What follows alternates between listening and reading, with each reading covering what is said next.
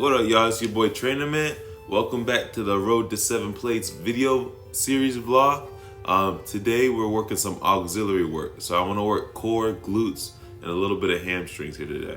To start it off, we're actually going to do some hip raises, single leg hip raises, so that we can really isolate each leg. This right here will hit the hamstring and glute.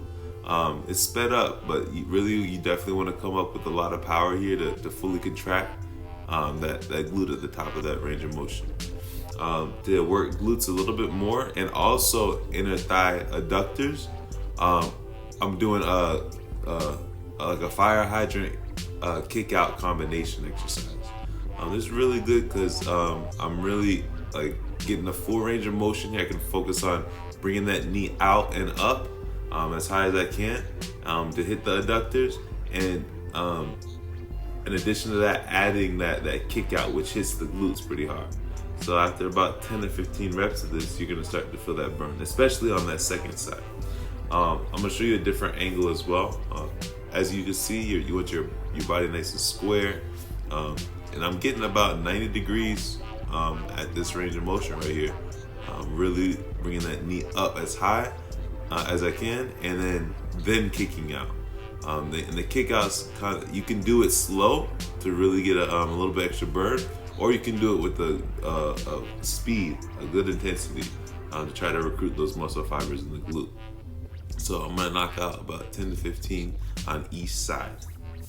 Moving from here, what we have is a version of a hyperextension for the lower body, like a reverse hyperextension. And for me, those are pretty easy. So I was experimenting a little bit here today. I added a band here. Now with the 2 feet, it felt a little bit awkward. Maybe if I got a stronger band, it would have been good. But it felt like my legs were a little bit crazy. So I decided to do a single leg with the band, and this is actually pretty good. I can feel the contraction in my hamstring, glute, and even in the lower back a little bit. Now, you can see that I'm actually keeping that second leg elevated off the ground a little bit, keeping that knee off the ground because I want to keep as much engagement as possible. I thought about doing, which is something I may do next time, keeping the other leg extended out. I figured it was a lighter day for me, so I didn't want to challenge too hard, but I figured that would be an additional challenge that I can add to this movement. Keeping both legs straight while one comes in and out. So we'll try that next time. From here, we have one of my favorite workouts to work the hamstring to really test it is a Nordic hamstring curl, and I'm using the lat pull down machine or pulley because at this angle, this is really the only way that I've been able to do this exercise solo. You can do it with a Batsu ball or Bosu ball, or however you want to say it, and a band. But with all the people that were around, this was just easier and allowed me to be a little bit more independent without getting surrounded by people while I'm trying to do the movement. You need barely enough weight. That way you can still drop down. If it's too heavy, you won't be able to get low.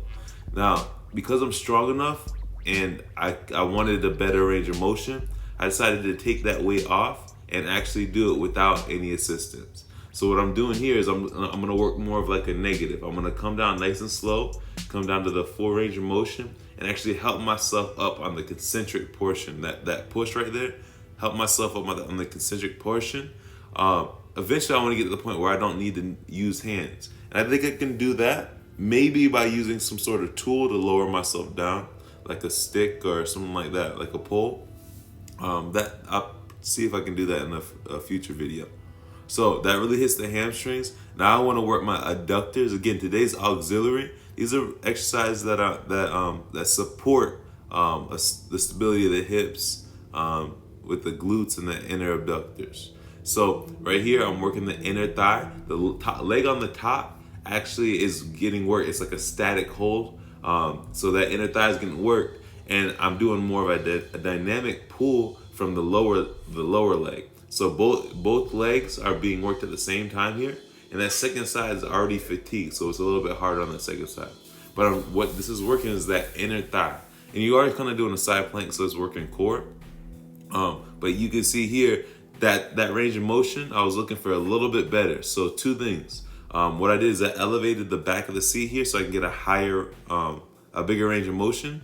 And then even this wasn't really challenging, so I started sticking my leg right here in front and try to get that leg up as high as I could.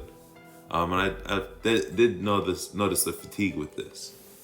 So again, here you want to keep your body nice and straight, right here, and I go right to. I want to keep that leg in front and coming up with a good amount of power. You should feel that all through the inner thighs, especially whenever you do both sides. So yeah, that's what I'm doing. So moving along, what we're gonna do now, let's see. Oh, no snack break here today either. It was a short workout. Anything under like an hour 15, I'm not gonna have a snack. I wanted to work core here, so this definitely takes some upper body strength to maintain the stability. This is like a hanging bicycle, so it's like almost like a static hold. So your cores engage 100% of the time either way, even if you weren't not cooking. Excuse me. Even if you weren't kicking. So you want to keep yourself in a locked position here. And you'll notice here in this position, I even try to lower myself into like a lower plank position to even challenge my core a little bit more. Right here, I lowered myself. Those knees driving in, again, you're working obliques, especially if you can find a way to come across your body. I'm gonna experiment a little bit, but the whole core is really firing up right here. From here, to really target the obliques, I want to transition to like a windshield wiper movement. So this takes a lot of core strength, and this move right here will fatigue you out very quickly. I did about 8 reps on each side. The whole time here, there's different ways to do this windshield movement. You can come all the way down and reset from the bottom of the motion, or you can keep everything engaged and go like a partial range of motion like you see here. It's almost like I'm going from, let's say, 50 degrees, something like that. You get what I'm saying, 50 degrees on each direction. So with that, back and forth, keeping that core stable, the obliques are really burning right now here. So you can also do this from the floor. But I was feeling good today. It was a light day, but I was feeling good, so I wanted to kind of push it. And finally, we're working with the core. We're working as a sprinter crunch. Bicycles are one of the most effective core exercises. You're engaging the core and the obliques, and even the quads pretty good here. With me keeping my legs elevated. But that being said, you wanna, there's different ways to do this exercise. If you lay back, you can reset after every rep by laying flat on the ground. But what I'm tending to do, because I want to challenge a little bit more, I keep my legs elevated. If you come to the ground, you can still work that core nice and strong by resetting and coming up to the top of the motion with that twist. But if you see here, I'll keep everything engaged. After about 8-10 reps on each side, I'm really feeling a burn. You can see my form starts to struggle a little bit. But that twisting motion is really important. You want to get your shoulders as high off the ground as possible, getting that elbow towards that knee, which will cue you to have a good twist, engaging that oblique.